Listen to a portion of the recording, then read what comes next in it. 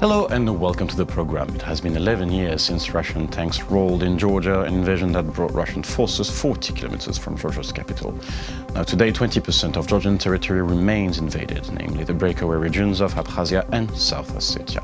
Now joining us in our studio today to expand on this topic is Irakli Dzhanashiya. He's an expert on national security and defense of Ukraine of the Ukrainian Institute for the Future. Hello and thank you for joining us. Now first question for the viewers to understand. Let's go back 11 years ago. 5 days war. What would say to put it in a nutshell, what exactly happened and what was Russia's strategy when Russia invaded Georgia? What was Russia's aim there? Well, as you said correctly, 20% of Georgian territory was occupied. And as a matter of fact, 2008 wasn't the first time when Russia occupied Georgian territory. It happened before in 1992. Actually, August 1992. Actually, from the 7th to 8th of August 1992, prior to the Olympic Games. The situation just repeated. 26 years passed. The problem of 1992 year was that Russia started to train on the Georgian polygons. They decided to invade Georgia during the Olympic Games and watch the Western reaction. The Western reaction on that period was pretty much weak. In 2008, they decided to repeat this strategy, and it worked out pretty much great. The reaction of old world community was centralized on Olympic Games, and the situations, the wars that emerged in a small country or somewhere on the end of the world doesn't actually really matter on that point. Now, how do you explain, as you said, in 1992 there was this weak reaction of the West, 2008 weak reaction of the West too. Of course, there are the Olympic Games, but despite the Olympic Games and the Olympic Games apart, how do you explain this lack of reaction from the West? Because prior to say that Georgia was always seen by Western countries as a satellite of Russian Federation, post-Soviet country, Soviet tribe, let's say, it was viewed as a Russian territory. So there was no discussion in the West saying okay, maybe this sovereign state should be respected. The only discussion that was there was to stop war at any cost. Not to protect territory, just to stop war.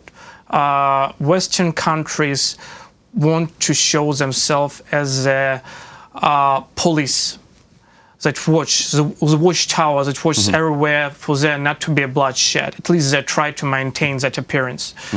Sometimes they do well, sometimes not too well. And actually 1992 war actually showed their incapability of doing this, and 2008 war in Georgia shows this incapability, and now the same we have in Ukraine. It's actually the point that at some stage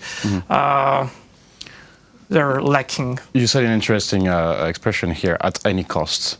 So there is this idea that Russia is able and will be able to continue to let's say, tease the West and continue to invade whoever it wants, because basically it gave them this kind of go-through kind of way? Well, the goal for Western countries, for there not to be a bloodshed, or at least an open bloodshed, for there not to be heard on all over the world, at least in the Soviet countries, they have to maintain an appearance, as I already said. So if the part of the territory will be occupied, that doesn't matter. The only point for them to maintain appearance of a policeman that stops the war. That's the main part. Now, let's come, that was in 2000, we talked about 1992, we talked about 2008.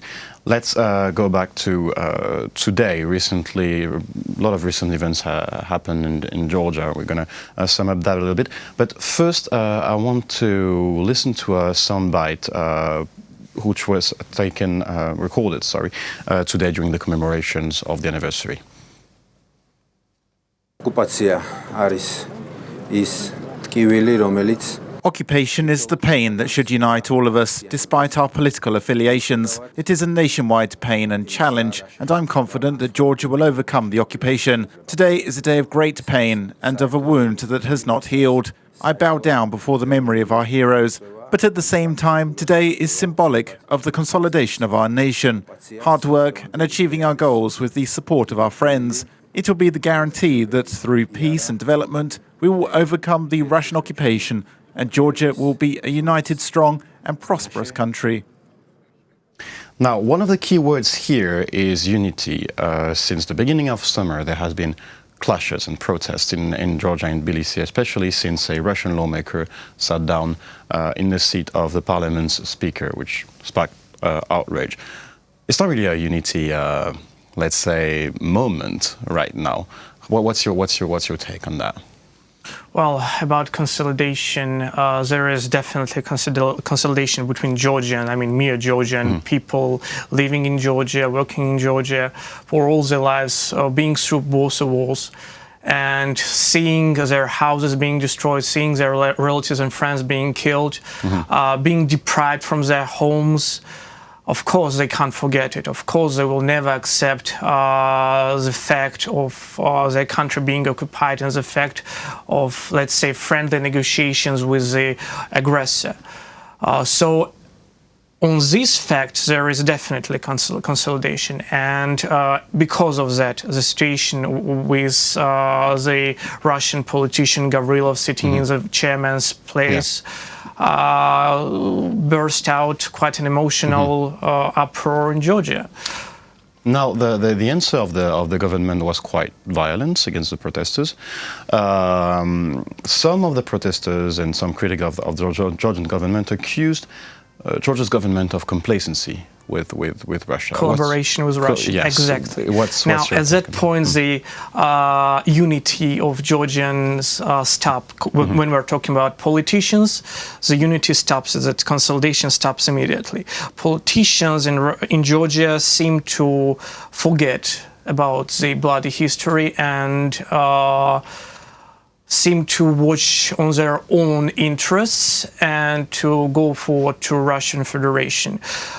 For example, the leader of the Georgian Dream Party in Georgia, Ivanishvili, is the main stakeholder in the main company, gas company in Russia, Gazprom. And for you to understand the influence of this person in Gazprom and influence of Gazprom in Georgia, you have to understand that in 2008, after the end of the war, Georgia used to buy gas from Azerbaijan. Now it buys from Russia, from Gazprom, 3 times as a price. And all the money is going to the pockets of the Ivanishvili. On the other hand, we have the situation with Georgian Minister of Internal Affairs, Gakharia. In 2014, he used to be a Russian citizen. In 2014, he, in mere 2 weeks, changed passport to being a Georgian, starts to be a deputy of Minister of Economy of Georgia, and in 2 years, he a Minister of Internal Affairs in Georgia. And he initiated the clash attack on the civilians in the riot not so long ago. He was the one who ordered this criminal, he gave this criminal order. Yeah. Now, so would you say that the protesters and the critics of the government saying that Russia is definitely way too implemented into Georgian governments are right here? Is it a valid critic here? Of course it is. Of course it is. We can see that. As a matter of fact, I can say like this: if there wouldn't be any beatings of the people on the streets, the riot would cease eventually, and would be any blood, any pain for government. But we can see the Russian mark here. Russians used to suppress all the riots by hits, by weapons. And that's the main mistake for them. They think that suppressing the Russian people, this method of suppressing the Russian people, if that will work in Russia, the same will work in Ukraine or in Georgia. No, that's the main mistake for them. That urges this aggressive reaction from the native people, because they don't pretty much appreciate this and they won't ever tolerate this. No, that's interesting that you talked about the Russian mark here, as you said recently. The Russian mark in Georgia, which seems an odd, because Georgia is another country. How could Russia give such an order? As I said, Minister of Internal Affairs Gakharia used to be a Russian citizen until 2014 and has quite a bit of friendly relations with FSB, Federal Bureau of Investigation, Federal Bureau of Security in Russia. Secret Services. Yeah, it's a predecessor of KGB. Yeah, so you have to understand, like, this link, he has actually been like a pupil of this school, and it doesn't go away like easily. So he is giving an orders from Russia. Now, does it show, and Georgian apparently are not ready to give up in front of this violence imposed by their own governments, does it show that, as you said, the Russian mark, the Russian ways of dealing with protests has its limits outside Russia? I mean, in Moscow it works, but in Georgia apparently not. Yeah, it shows. Well, let's be cynical. If Russians would try to influence on Georgia with soft ways without making any violence, step by step, maybe in 10, 20 years, Georgia would eventually become a satellite of Russia. The same would be said about Ukraine. But they're not this kind of don't have this kind of a mentality. If something they don't like it, they have to oppress it, they have to destroy it, they have to break it. They don't understand the way where they can go on some kind of middle way, like 50-50. They don't have this kind of attitude. Now, that's about the protest. I want to focus a little bit about now about Abkhazia and South Ossetia right now. Do we have figures? Do we have, let's say, witnesses of what's happening there? Because it looks like, as we said before, it's a kind of frozen conflict, and it kind of looks, let's say, out of the world now. So do we have knowledge of what's happening there right now? Economical depression, people running out of country, increasing criminality. That's what is said in all sources in internet. If you want, you can Google it and you can find it easily. Also, Russia doesn't used to say that they're economically proliferating. That's false. All the infrastructure in those countries, touristic business in Abkhazia, which used to proliferate till the war, now is stagnating. The criminality in this country rises like crazy. All the tourists that have stupidity to go to that countries are in grave danger to be robbed or killed, and that's a fact. So what else to say about this country, let's say republics? We have the same situation in Ukraine, so the same can be told about LNR and DNR. So if you want to ask what happens with them, you can look at Ukrainians' occupied territories. Yeah.